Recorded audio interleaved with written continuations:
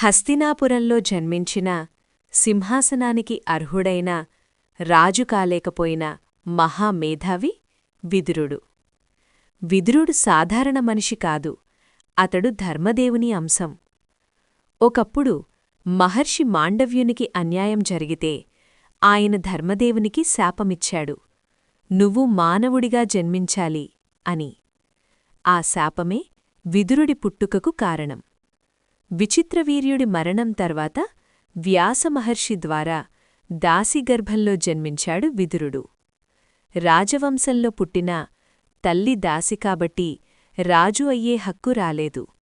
కాని జ్ఞానం, ధర్మం, న్యాయం అందులో అతడే రాజు. కౌరవుల సభలో అధర్మం మాట్లాడితే భయపడకుండా ఎదిరించిన ఒకే ఒక్క గొంతు విదురుడిదే. దుర్యోధనుడికి ఎదురు నిలిచాడు, పాండవులకు రక్షణగా నిలిచాడు, ధర్మానికి అద్దం పట్టాడు.